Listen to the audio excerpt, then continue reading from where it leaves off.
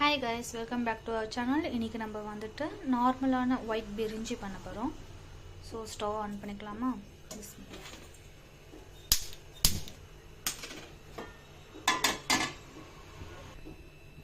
கடாய் சூடானோனே எண்ணெய் ஊத்திக்கலாம்.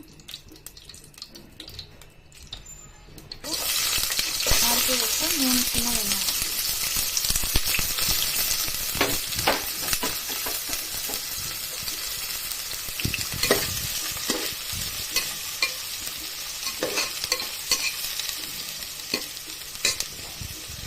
கொஞ்சமாக உப்பு ஆட் பண்ணிக்கிறேன். பச்சை மிளகாய் ஆட் பண்ணிக்கிறேன். நான் வந்துட்டு டீ கிளாஸில் ஒரு 4 கிளாஸ் அரிசி போட போகிறேன். ஸோ வந்துட்டு ஒரு 4 கிளாஸ்க்கு 4 பச்சை மிளகாய் ஆட் பண்ணிக்கிறேன். வெறும் பச்சை மிளகாய் மட்டும்தான் இதில் காரம் வரும். 4 கிளாஸ் அரிசிக்கு 2 ஸ்பூன் வந்துட்டு இஞ்சி பூண்டு போட்டுக்கோங்க. பட் நான் இஞ்சி பூண்டு கொஞ்சமாக சேர்த்துக்கணும். ஸோ ஒரே ஒரு ஸ்பூன் மட்டும் போட்டுக்கிறேன்.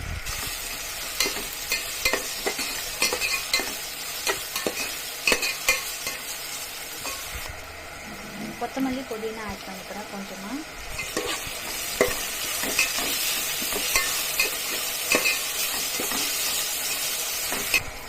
கரம் மசாலா பவுடர் ஒரு 1/4 ஸ்பூன் மட்டும் ஆட் பண்ணிக்கிறேன். நான் எப்பவுமே பட்டை கிராம்புலாம் போட மாட்டேன். தூக்கி தூக்கி பசங்க போட்டுருவாங்க இல்லையா. ஸோ எல்லாமே அரைச்சிட்டு ஒரு 1/4 ஸ்பூன் பேஸ்ட்டுக்கு. 4 கிளாஸ் அரிசிக்கு 1 கிளாஸ்க்கு 2 கிளாஸ் சொல்லிட்டு 8 கிளாஸ் தண்ணி.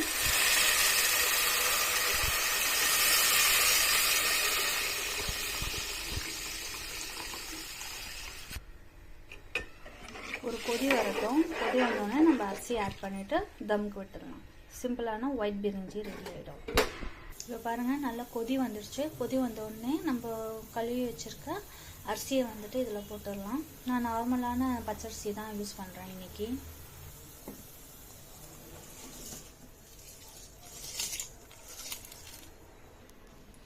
ரைஸ் ஆட் பண்ணியாச்சு. கொஞ்சம் நல்லா கொதிக்கட்டும். கொதித்து தண்ணி கொஞ்சம் சுண்டின பிறகு நம்ம சிம்மில் வச்சு தம் கொடுத்துடலாம் ஒரு 20 மினிட்ஸு. ஸோ ரைஸ் கரெக்டாக வந்துடும். இன்னும் கொஞ்சம் நல்லா சுண்டி வரட்டும்.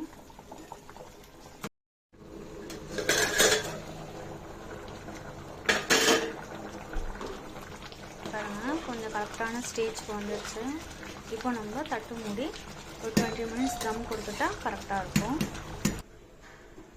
இப்போ நம்ம தம் குடிச்சிருக்கோம். ஸோ ஒரு 10 மினிட்ஸ் தம் ஆகிட்ட பிறகு அதுவும் வந்துட்டு கரெக்டாக ரெடி ஆகிடும்.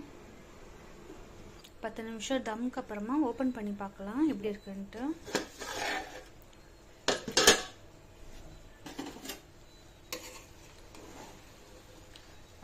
சிம்பிளான ஒயிட் குஷ்கா ரெடி.